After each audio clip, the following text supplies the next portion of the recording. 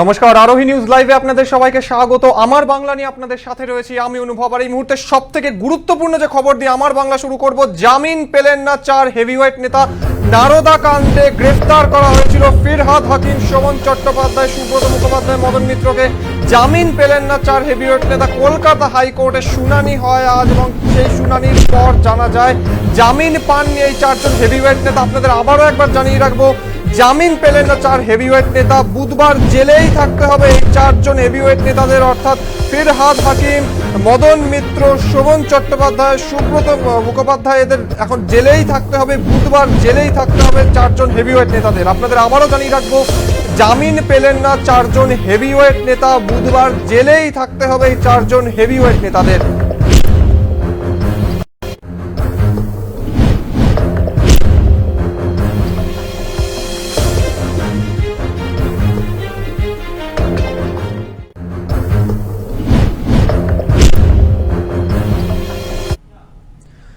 নারদ মামলা নিয়ে রাজনৈতিক মহলে উত্তরোত্তর চাপানোতর বৃদ্ধি পেয়েই চলেছে। প্রথমে বেল, তারপরে জেল এবং তারপরে কলকাতা হাইকোর্টে এই মামলার প্রথম দিনের শুনানি।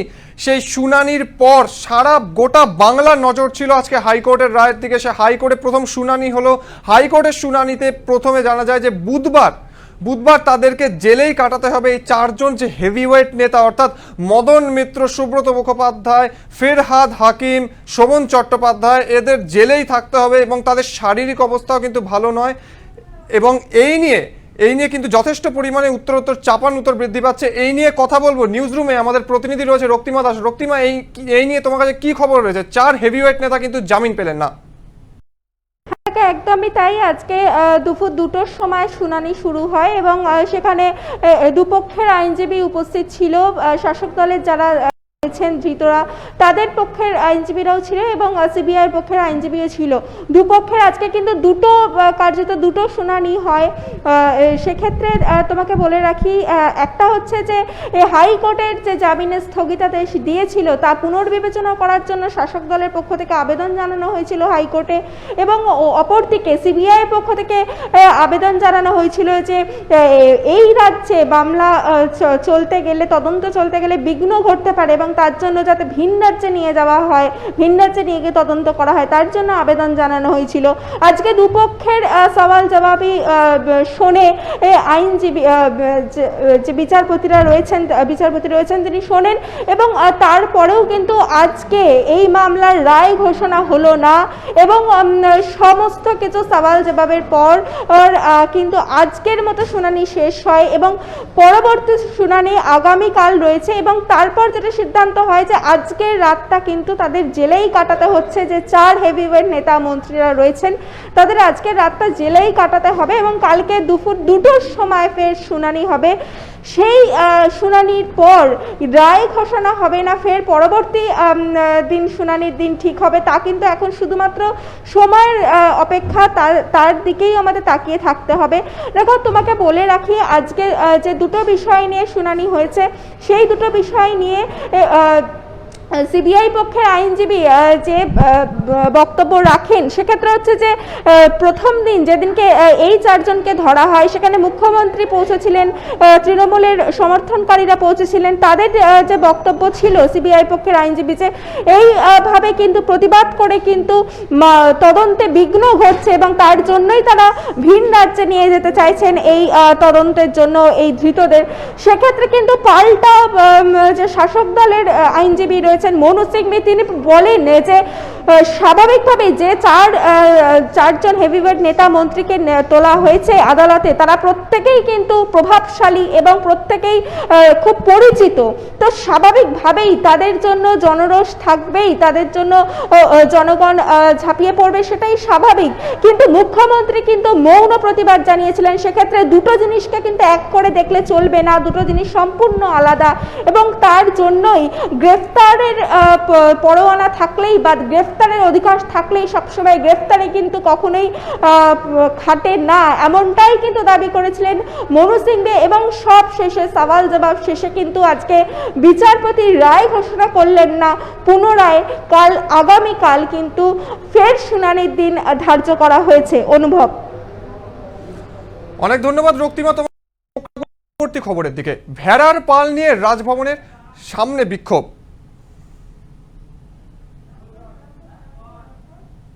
একদমই যেমনটা আপনাদের রক্তিমা জানাচ্ছিলেন, জামিন পেলেন না চারজন হেভিওয়েট। বুধবার পর্যন্ত জেলেই থাকতে হবে চারজন হেভিওয়েট নেতাদের।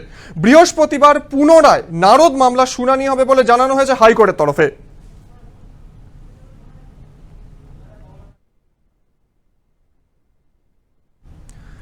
রাজভবনের সামনে ভেড়ার পাল নিয়ে বিক্ষোভ। রাজভবনের নিরাপত্তা কোথায়? পুলিশের ভূমিকা নিয়ে অসন্তোষ প্রকাশ করলেন রাজ্যপাল জগদীপ ধনখড়। একই সঙ্গে টুইট করে মুখ্যমন্ত্রীর কাছে অসন্তোষ প্রকাশ করলেন তিনি। রাজভবনের সামনে ভেড়ার পাল নিয়ে বিক্ষোভ, আর এই ঘটনায় বেজায় ক্ষুব্ধ হলেন রাজ্যপাল জগদীপ ধনখড়। এই ঘটনায় রাজভবনের নিরাপত্তা বিঘ্নিত হয়েছে বলে প্রশ্ন তোলেন তিনি। এ বিষয়ে কলকাতা পুলিশের কাছে রিপোর্ট তলব করলেন রাজ্যপাল। বুধবার বিকেল 5টার মধ্যে এই রিপোর্ট জমা দিতে বলা হয়েছে। অন্যদিকে এদিন টুইটে মুখ্যমন্ত্রীকে ট্যাগ করে অসন্তোষ প্রকাশ করেন রাজ্যপাল। অক্সিজেন নেই, একটা বেড পাচ্ছে না লোকের। কালকে আমি এতে দাঁড়িয়েছিলাম সায়েন্স সিটি উল্টো দিকে ভাগাড়ের ওখানে, 4 ঘন্টা প্রায় 50টা ডেড বডি এসছে। এখানে কি বলছে রাজ্যপাল? এখানে কি বলছে? এই যে কালকে যে ঘটনাটা ঘটলো, একটা মানুষকে ফাঁসি দিতে হলেও তার টাইমিং আছে। এই যে একটা মানুষ দিন আনে দিন খেতে পাচ্ছে না, যে সকাল থেকে রাত্রি যারা বেরোতে পারছে এই লকডাউনের সময়, সেখানে এইসব কলকাতার, গোটা কলকাতার মধ্যে এগুলো কি হচ্ছে? রাজভবনের সামনে কেন ভেড়ার দল নিয়ে এসছেন? ভেড়া যেখানে ভেড়ার জায়গা সেখানেই ভেড়া নিয়ে আসবো, তাছাড়া কোথায় নিয়ে আসবো? এটাই আসল জায়গা মনে করেছি, তাই ভেড়া এখানে নিয়ে এসেছি। কি করছে? উনি তো কিছু ভেড়ার মতনই হয়ে আছে, কিন্তু বলার তো উচিত ওনার না, কিছু বলবে না। কি হচ্ছে এগুলো? যারা দিন আনে দিন খায় তারা কি করছে? তারা বেরোতে পারছে না, প্রোটোকল মেনে বেরোতে পারছে না। আর এইখানে রাজনৈতিক জমায়েতগুলো হচ্ছে, এই জঘন্য নোংরামো, এই পলিটিক্স থেকে বেরোতে হবে আমাদের। নারদকাণ্ডে গ্রেফতার হয়েছে রাজ্যের 4 হেভিওয়েট নেতা মন্ত্রী। এই ঘটনার প্রতিবাদে সোমবার নিজাম প্যালেস সহ রাজভবনের সামনে বিক্ষোভ দেখান তৃণমূল সমর্থক কর্মীরা। মঙ্গলবার রাজভবনের সামনে ভেড়ার পাল নিয়ে প্রতিবাদ দেখায় citizens against dirty politics and corruption নামে একটি সংগঠনের তরফে এক ব্যক্তি। আর এই ঘটনাতেই ক্ষুব্ধ হন রাজ্যপাল। রাজভবনের সামনে 144 ধারা জারি থাকে, তা আরও একবার মনে করিয়ে দেন রাজ্যপাল। এরপরেও বিক্ষোভের ঘটনা কি করে ঘটলো তা উল্লেখ করে পুলিশের ভূমিকা নিয়ে প্রশ্ন তোলেন তিনি। ব্যুরো রিপোর্ট, আরোহী নিউজ। এখন সময় একটা ছোট্ট বিরতি, ফিরছি বিরতির পর, সঙ্গে থাকুন।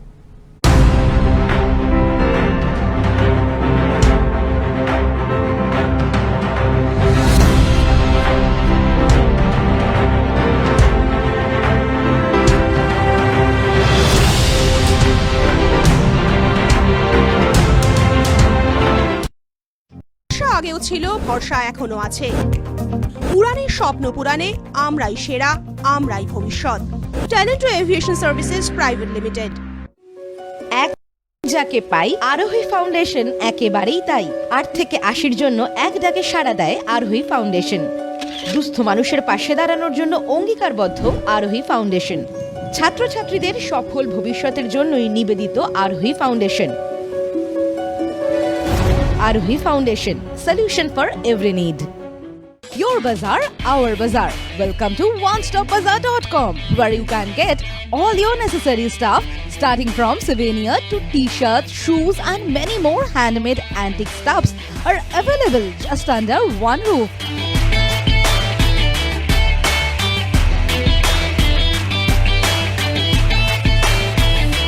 Our stores are available at airports like Kolkata, Guwahati, Imphal, Bagdogra, and you can also find us at City Center too. We are just one click away to serve your need. Visit onestopbazaar.com or www.onestopbazaar.com.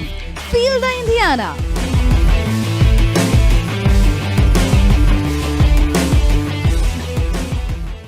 Orin Media and Entertainment, the future of digital news and entertainment world. With evolving trends and rising popularity of the online market, our unique production will tick all the boxes in your playlist. We bring you binge-worthy videos that will blow your mind away. Something you just can't miss. Orin Media and Entertainment. Keep binging.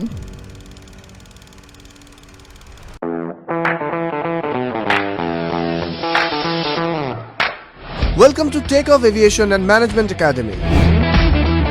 Takeoff is uniquely designed to train you, targeting towards soulful employment and aspirants wanting to join aviation, airport retail industry, banking, hotel and hospitality industry.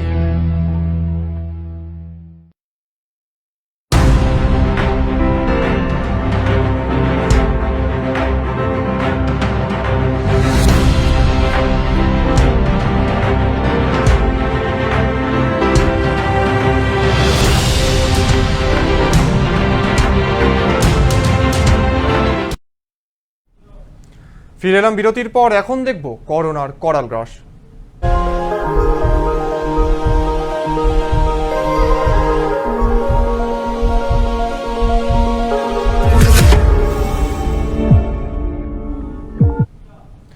Corona আক্রান্ত প্রাক্তন মুখ্যমন্ত্রী Buddhadeb Bhattacharya. Corona আক্রান্ত হয়েছেন তার স্ত্রী Meera Bhattacharya. সস্ত্রীক corona আক্রান্ত প্রাক্তন মুখ্যমন্ত্রী বুদ্ধদেব ভট্টাচার্য শ্বাসকষ্টের সমস্যা দেখা দেওয়ায় মঙ্গলবার রাত দক্ষিণ কলকাতার এক বেসরকারি হাসপাতালে চিকিৎসাধীন প্রাক্তন মুখ্যমন্ত্রীর স্ত্রী মীরা ভট্টাচার্য। তবে বাড়িতেই চিকিৎসাধীন বুদ্ধদেব ভট্টাচার্য। চিকিৎসক সূত্রে খবর, বুদ্ধবাবুর শরীরে অক্সিজেনের মাত্রা এখনও উদ্বেগজনক নয়। যেহেতু তিনি দীর্ঘদিনের সিওপিডির রোগী, তাই তাকে বাড়িতে রেখে চিকিৎসা করাতে চাইছেন না সিপিএম নেতৃত্ব। তবে হাসপাতালে যেতে রাজি নন বলেই বাড়িতেই চলছে অক্সিজেন। তবে আপাতত স্থিতিশীল রয়েছেন দুজনেই। করোনা আবহে দীর্ঘদিন ধরেই বুদ্ধবাবু ও তার স্ত্রী বাড়ির বাইরে বেরোন না। এবারে ভোট দিতেও যাননি তারা। কয়েকদিন ধরে শারীরিক সমস্যা দেখা দেওয়ায় তাঁদের করোনা পরীক্ষা করা হয়। মঙ্গলবার সকালে সেই রিপোর্ট পজিটিভ আসে। ব্যুরো রিপোর্ট, আরোহী নিউজ। রাজ্যে এলো কোভিশিল্ড ভ্যাকসিন। সকাল 9টা নাগাদ কলকাতা বিমানবন্দরে এসে পৌঁছালো ভ্যাকসিন। পুনে সিরাম ইনস্টিটিউট থেকে এয়ার ইন্ডিয়ার বিমানে এসে পৌঁছায় 2,12,460টি ডোজের কোভিশিল্ড ভ্যাকসিন। স্বাস্থ্য দফতর সূত্রে খবর, এই ভ্যাকসিন রাজ্য সরকার কিনেছে। এই প্রতিষেধক সংরক্ষণ করা হবে বাগবাজার সেন্ট্রাল ফ্যামিলি ওয়েলফেয়ার স্টোরে। এখান থেকে রাজ্যের বিভিন্ন জায়গায় পাঠানো হবে।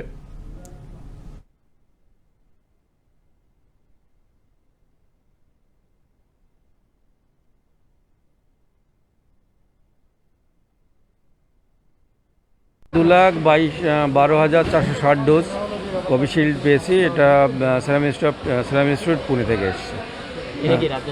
না, এটা স্টেট প্রকিউরমেন্ট। 2,12,460।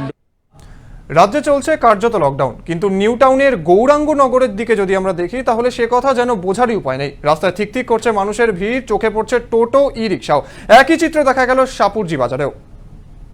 করোনা সংক্রমণ ঠেকাতে রাজ্যে চলছে কার্যত লকডাউন। থমকে সাধারণ জনজীবন।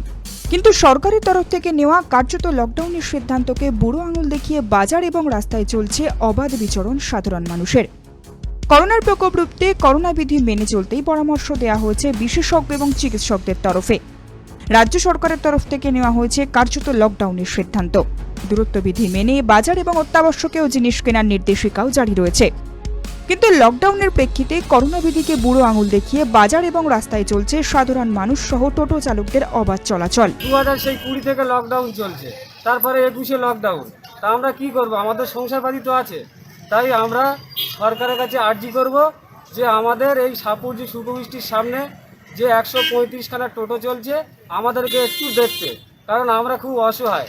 কতদিন আমাদের সংসার এভাবে চালাবো? আমরা তো সব টোটো চালকে খাই না। আর এখানে যে লকডাউন চলছে, সেই লকডাউনটা আমরাও মানছি।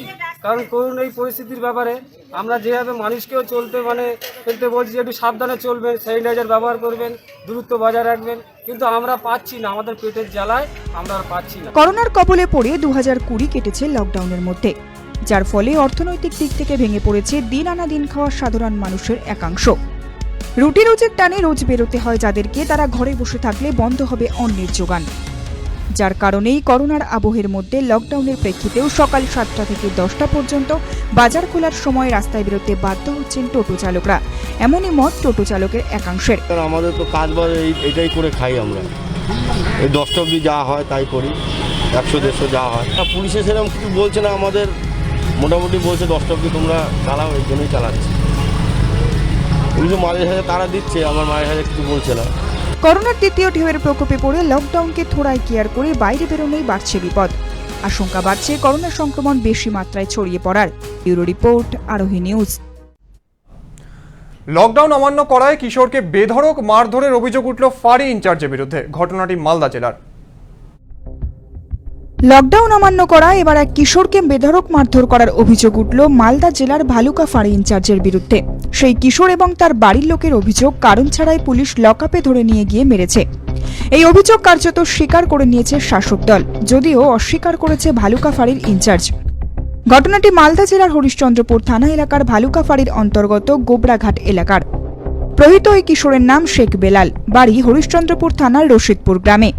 কিশোরের পরিবার সূত্রে খবর, রাতে তার বাবা বাড়িতে খেতে যাওয়ায় ঘাটে বাবার নৌকা পাহারা দিচ্ছিল ছেলে শেখ বেলাল। সেই সময় ভালুকা ফাঁড়ির এএসআই তোফাজ্জল হক এসে তাকে ধরে নিয়ে যায়। তারপর ভালুকা ফাঁড়িতে নিয়ে গিয়ে লকআপে ঢুকে বেধড়ক মারধর করে। ঘাটে ছিলাম, আমার মা বললো যে নৌকা ফোকাস সব দেখবি, এখানে থাক রাত। তাহলে বললাম ঠিক আছে। ওখানে সকালে যখন এসি আমি দিদির বাড়ি থেকে, তখন এসে একটু পরে দেখি আমিও ঢুকলাম আর একটা পুলিশ ঢুকলো আমার সঙ্গে সঙ্গে। তো আমি নৌকার দিকে গেলাম, তো খুঁজছিল মলিক যেমন স্যার মলিক নাই বাড়িতে, অসুস্থ আছে বাড়িতে। তো বললো ঠিক আছে, মলিককে ফোন আমি ফোন লাগালাম, ফোন লাগিয়ে দিলাম, কথা বলে কেটে ফোনটাকে উপর গেল। উপর গিয়ে একটা সিভিককে বলে যে গাড়ি নিয়ে আসো, এই দুটাকে উঠাও নিয়ে চলো ফাঁড়িতে গিয়ে আমাদেরকে এমনি মর মেরেছে যে গোটা শরীর ফুলিয়ে দিয়েছে, গোটা শরীরে ব্যথা আছে, হাত ভেঙে দিয়েছে। বাড়িতে নিয়ে আসার পর অসুস্থ হয়ে পড়ে কিশোর। রাতেই বাড়িতে স্যালাইন দেওয়া হয়। গুরুতর অসুস্থ হয়ে পড়ায় নিয়ে যাওয়া হয় হরিশ্চন্দ্র গ্রামীণ হাসপাতালে। রাতে তার পরিবারের তরফ থেকে সমগ্র ঘটনাটি জানানো হয় তৃণমূলের জেলা সাধারণ সম্পাদক জম্মু রহমানকে। ঘটনায় লিখিত অভিযোগ দায়ের করা হয়েছে হরিশ্চন্দ্রপুর থানায়। ঘটনার তদন্ত হবে বলে জানিয়েছেন হরিশ্চন্দ্রপুর থানার আইসি সঞ্জয় কুমার দাস। ব্যুরো রিপোর্ট, আরোহী নিউজ। এখন সময় একটা ছোট্ট বিরতির। অন্যান্য সমস্ত খবর নিয়ে ফিরছি বিরতির পর, সঙ্গে থাকুন।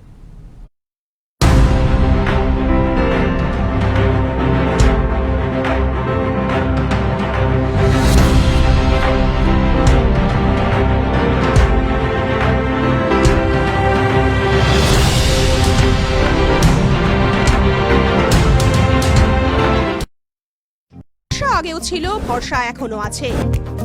উড়ানের স্বপ্ন পুরাণে আমরাই সেরা, আমরাই ভবিষ্যৎ। Talent aviation services private limited. Wanna fly? Step towards 3 steps. Where we are different. World-class infrastructure, experienced faculties, hygienic atmosphere. We take all necessary precautions against COVID-19. Meet the aviation professionals and build your dream career with 3 Steps Aviation. 3 Steps Aviation! Hip hip! Hooray! Hip hip! Hooray!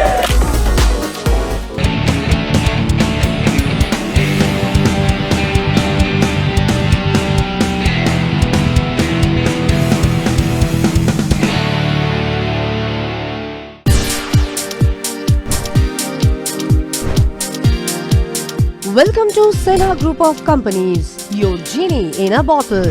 Career advancement opportunity in aviation and hospitality.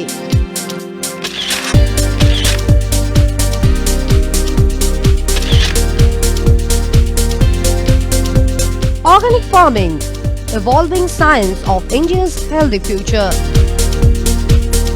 Digital marketing of the next generation. Income tax consulting and other legal services. Home furnishing and decor. Bringing your dream house delight. We know what you desire, so unleash your genie with Sena Group of Companies.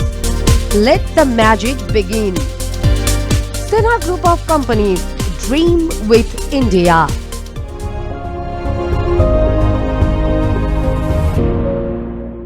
ভরসা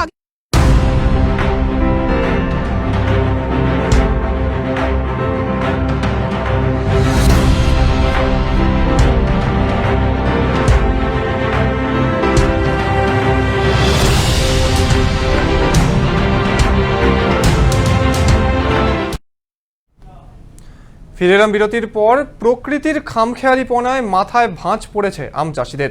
এদিকে রাজ্যে জারি হয়েছে কার্যত lockdown corona মোকাবিলা করতে।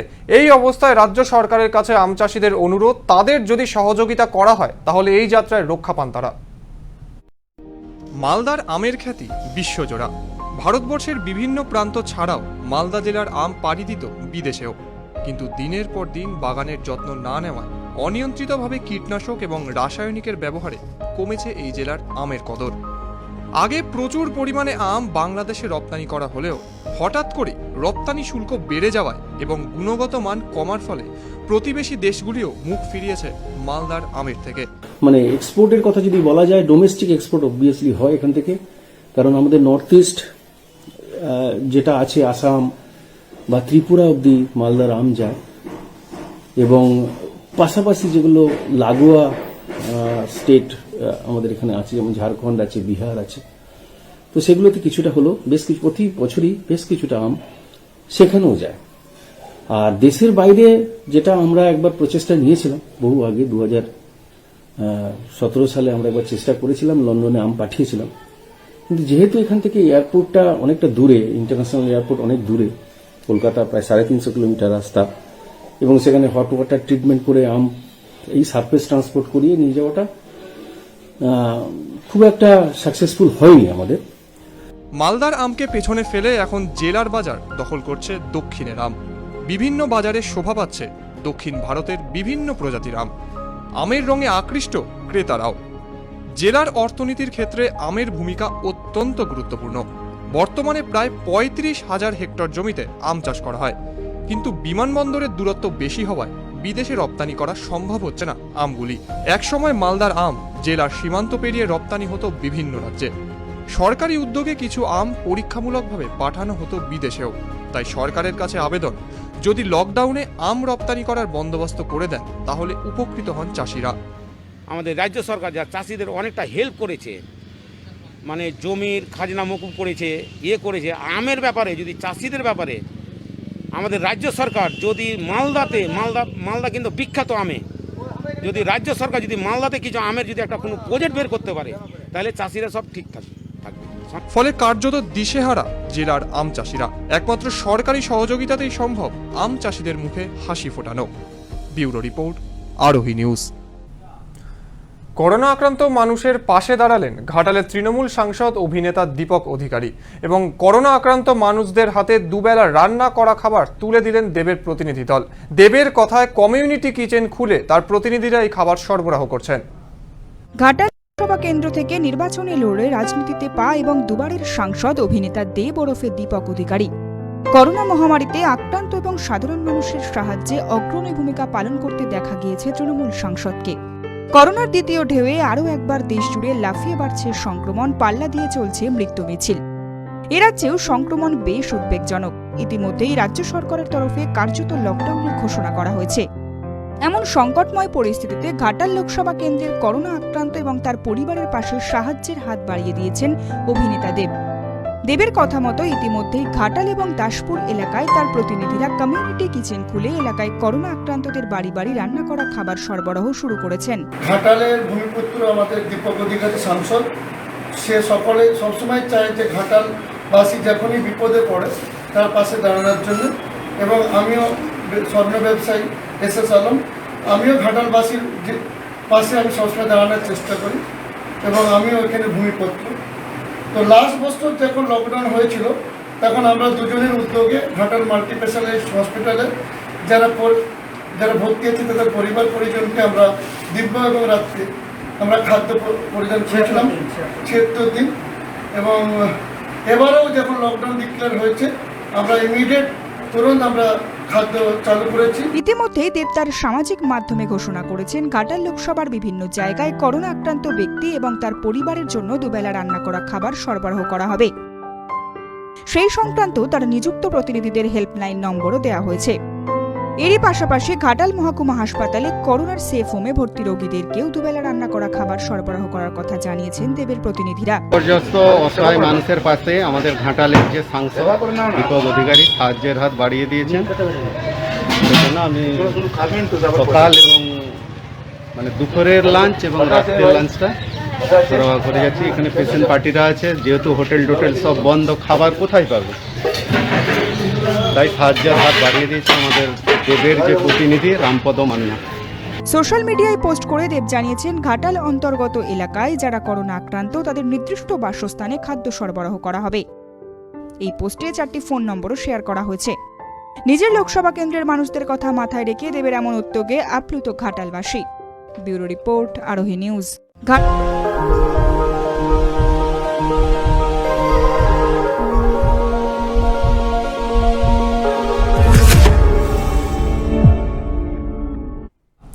Corona আবহে বাংলায় কি আছড়ে পড়তে চলেছে নতুন কোনো ঘূর্ণিঝড়? এই নিয়ে ছড়িয়েছে গুজব, কিন্তু এই নিয়ে কি মত দিচ্ছে আবহাওয়া দফতর? গত বছর লকডাউনে বঙ্গে আছড়ে পড়েছিল ঘূর্ণিঝড় আম্ফান। এবারে তার থেকেও বেশি শক্তি নিয়ে বঙ্গোপসাগরে তৈরি হচ্ছে ঘূর্ণিঝড় ইয়াশ, যা আছড়ে পড়তে পারে চলতি মাসের 23 থেকে 25 তারিখের মধ্যে। সোশ্যাল মিডিয়ায় এমনই তথ্য ছড়িয়েছে, যদিও মৌসুম ভবন জানাচ্ছে এখনই এই ধরনের ভয়ঙ্কর ঘূর্ণিঝড়ের সতর্কতা নেই। তবে হাওয়া অফিসের তরফে জানানো হয়েছে বঙ্গোপসাগরে একটি নিম্নচাপ তৈরি হয়েছে, যা শক্তি বাড়িয়ে আছড়ে পড়তে পারে চলতি মাসের 23 তারিখে।